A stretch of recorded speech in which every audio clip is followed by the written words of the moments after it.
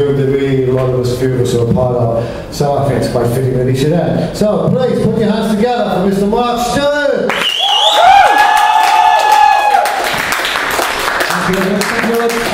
Good everybody. It's been a good day, hasn't it? I've enjoyed it. Wasn't actually planning on doing any jokes myself. Like, I've had a busy kind of month and I've been really slack. And then I see you guys there, I thought, I've got to. I really have to. So I made a little list. If you don't mind, I'll just refer to it here and there. Because my memory's not what it was. It certainly wasn't what I expected when I got that Thai prostitute to give me a blow to the head.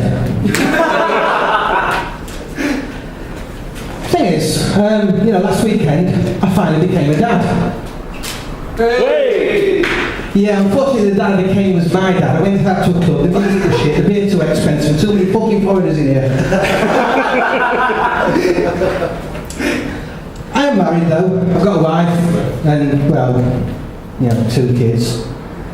Thing was, when I married her, I should have known that was a mistake. Because Vicky looked at me, looked at her, and asked me if that was my final answer. Right. That was a bit of a slacker at school. I mean, the school teacher said to me, where's your homework? I said, well, you wouldn't get them done for something I haven't done, would you? She says, yeah, you haven't done your homework. Says, that slacker's attitude will get you nowhere in life. Joke's on here, I work for the council now. Got into religion. A Zen master asked me, when you can do nothing, what can you do? Just told you, I work for the council. Right, yes. Another thing the teacher said to me, that my writing needed to be more spaced out. So I went home, took an acid tab, and then wrote about a tartan-skinned, ginger-haired Japanese schoolgirl that went swimming in the tetrahedron inverted-shaped teacup of butter and cherries and spinach with a half unicorn, half dung beetle that came from the planet Limber Opic 69. That was to do it. Thing was, it's hard times. I had to refer to a life of crime. And then I had the idea of coming up with burglary. And I thought, yeah, what sort of outfit should you have for that? Yeah, I know, stripy jumper, Lone Ranger mask, bag with swag on. Anybody sees me doing that, the police are never going to take them seriously. And, that's the thing, I work as a lifeguard, I work for the council, so, lifeguard, council, is there any job where you can do any less? I did get into trouble though, because we had this disabled girl come in, and sad part about this is actually true. And we had the crippled crane, you're supposed to hoist them into the pool. And the thing was, as we were putting them in, one of the helpers says, oh, mind the head on the side. It's not going to make much difference though, is it? Yeah, a little bit unprofessional. What's Katie Price got in common with a drug dealer? They both carry a big lump of brand dope around. Kate McCann said in the paper, I live in dreaded fear of the knock at the door. Look, Columbo's dead, he's not going to come back with just one more question. Thing is though, recently they released these pictures of what Madeline McCann might look like now. Well, that's pretty pointless. Her husband's never going to let her out in public without a burqa on. Now, I went to the Olympics. Has anyone been to the Olympics this year?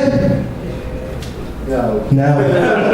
Couldn't get the tickets, so what a joke. But still, went to the Olympics, I fucking loved it. It was great. All the atmosphere, all the people of all nations. Didn't see many Muslims in Bin Laden pyjamas, I must admit. But the thing was, like I said, the atmosphere was so great. I thought, well, how can I compete with that? I'd really love to get that again. Well, it was the Paralympics. Well, it's the Olympic atmosphere. So I phoned up. I don't think they took me seriously. I said, I want some Paralympic tickets. They said, what do you want to see? I admire these athletes. Anything at all. As long as it's got dwarfs in. That triple jump's going to be hilarious.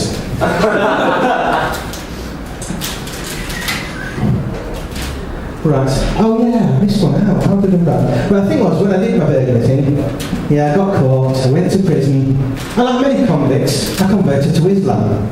Now, the reason for that being is if you look like a packet, people think that's why you're not going in the showers. Right. Okay. Now, I said before that I'm married, yes. With women, they've always got to be right, haven't they? Well, my wife, every single thing she can jump on, every little pedantic, fucking little pedantic thing that she can do. So anyway, she said to me, our sort of Chinese neighbour's gone back to Peking. There's a chance to get one back on her. I think you'll find it's called Beijing now. Alright, smart ass. Our Chinese arsehole neighbour's gone back to Beijing at me through the window when I'm undressed. Right, the thing is, she's part Jewish, and she's obviously got a Jewish dad. And then obviously the Jewish granddad. What a fucking hypocrite. He reckons he doesn't like tattoos. Yet on his arm, he's got 6,000,001. He looks shit, what is he thinking about that one? Yeah, we went on this caravan holiday. Now, I never thought that a caravan holiday with a wife and kids would be much fun. But I amused myself by playing Auschwitz. Now, what you've got to do is you've got to wait till one goes in the shower, go over to the sink, and then turn on one of the taps and listen to the screams. Other thing with the Olympics, how many times did we hear God Save the Queen? And yeah, it's good, wasn't it? All those medals we got, but God Save the Queen. Now I think it's about time we actually change the national anthem. Because let's face it, asking a non-existent entity to save somebody who's never had so much as a moment's peril in their life just makes it look a bit silly, really. Now the thing is about God, Christ, I could go about God for fucking ages. The thing was, you've got like the Bible, we're supposed to accept this as fact. Now, picture the scene. You've got the ark, and God, in his infinite wisdom, Noah, take 2 of every animal onto the ark. 2 of every animal, Lord, 2 of every animal. Even woodworms, fucking brilliant plan. This guy's image of the ark, Noah going around with his net trying to catch a fucking woodpecker. Stupid, no. Right. There's the other thing. Yeah, it's not shown here, but that was the other thing. You've got Jesus feeding the 5,000. 5 loaves, 2 fish, all that. This is another actually true story. It's Yahoo Answers. And that's not me. Yeah, Do you want me to continue, or is we good? No, you can speak to her if you want.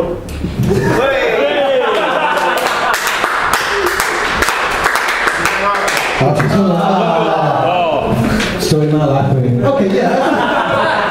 As I was saying, on Yahoo Answers, you get a bunch of Americans on there, you know what they're like. And obviously come from the Bible Belt, Southern States, somebody put on there, what would Jesus do if he was American today? I really couldn't resist it. Probably perform the miracle of feeding only 5 people with only 5,000 loaves and fishes. It's funny because it's true. Lol, Americans eat fat. There's the other thing, right? We'll just take that little miracle. You've got the feeding of the 5,000 people. 5 loaves, 2 fish, that's a lot. Now you've got to bear in mind, Jesus' audience was Jewish. Right? We all know what they're like. Okay, everybody, now you've all been listening to my shit. Time for everybody to have a bit of a feed. Pulling at these 5 loaves and 2 fishes. Okay, help yourself. Oh, fucking hell's gone already. Now we all know what Jews are like. Oh, we got fed already. Oh, we didn't. Oh, well, you're obviously not as special as we are. If anybody asks, you say that we got fed already. So then suddenly you've got like, I got fed. You've got 45,000 people saying you all got fed. That, my friends, is how that miracle happened. Right. This is really professional, I must say, but Paralympics, yeah. I must admit, walking around London, obviously it's the Paralympics, and I must admit it's really great to see all the slopes and all the rails. Not that I give a shit about handicapped people, but I fucking love skateboarding. Soaps. Mammy says watches those fucking soaps. Why'd you watch that shite? It's shite. Oh no, it's so realistic and true to life. If it's so realistic and true to life, how come there's no sad bastards in it that watch soaps? Yeah. We're getting there. Thing is, right, she watches this shit TV.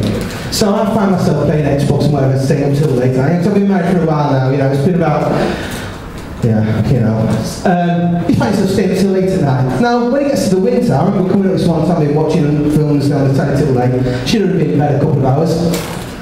And when I got up, I got into bed, obviously it kind of touched her, and oh, you just like an ice cube. So this nigga pulled the trigger and popped a motherfucking ass in that punk bitch ass. And on that note, thank you all for putting down. Absolutely fantastic, everybody. Good job.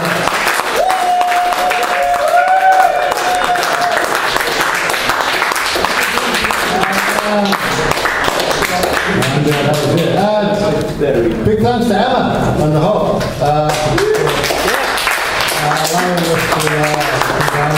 And in order of appearance, but not importance, please put your hands together for Dale Golden, David Bailey, Tom Mullen, Greg Scott, John Cummings, Jack Benson, Dave Moore, Mark Allen, Tom Nolan, Jermaine Alex, Richard Hurley, James Wyatt.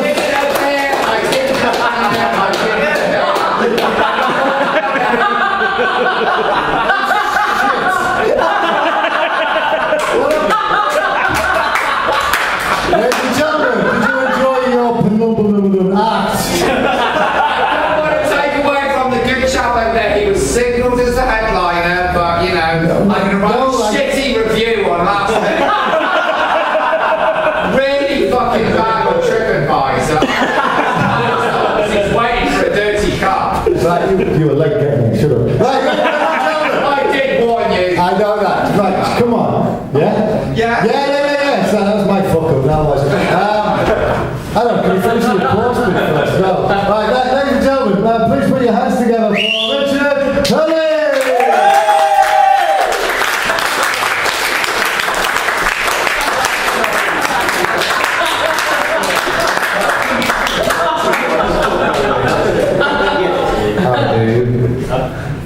Right.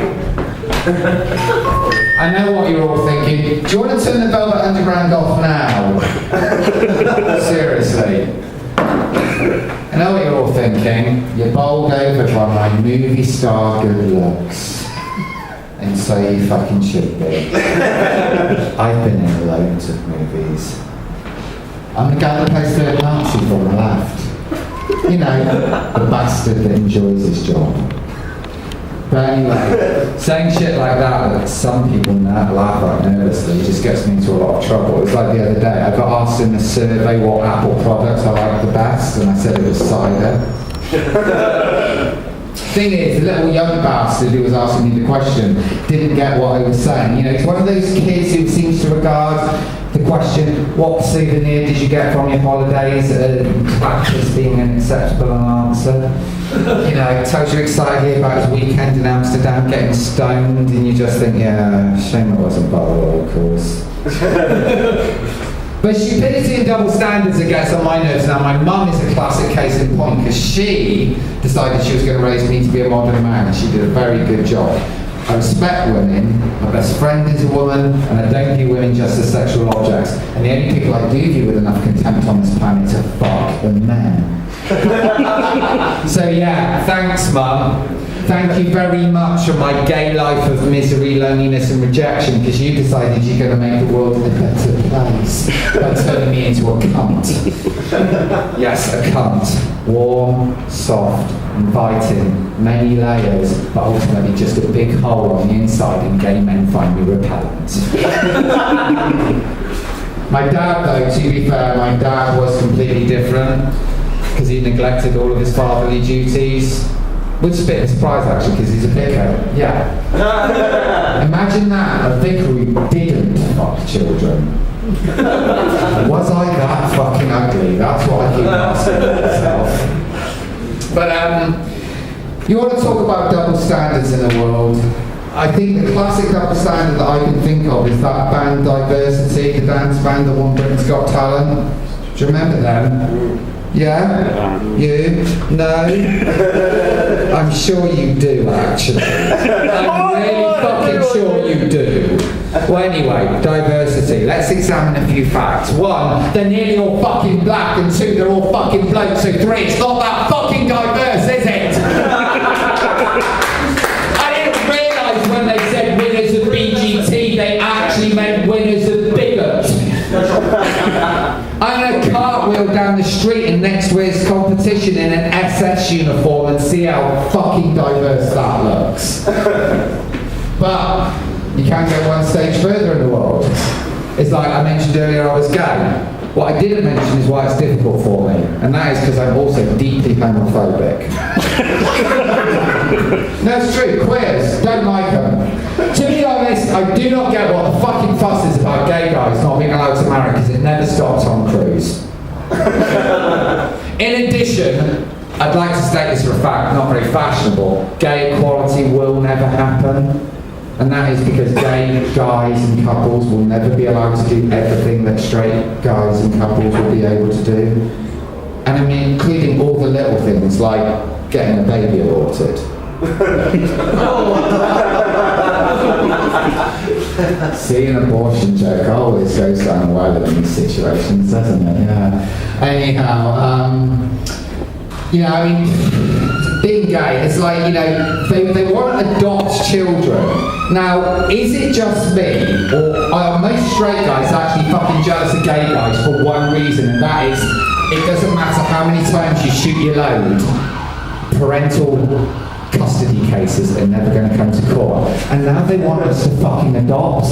Don't remove the one benefit of my fucking life by telling me I can adopt children. Why do you think I hang around with breeders? It's because I enjoy that warm glow of satisfaction I get when I walk into a room and they just go, oh shit, you've still got a life and a bank balance. Yeah, I do. It's fucking great. I can go out tonight and I can get fucked up on whatever I feel like, and I don't have to plan it 4 months in fucking advance. But, you know, I mean, you know, there's to be fair, you know, the gay equality movement and everything else, you know, you have to look at who does have it difficult on this planet, and I personally think it's the disabled.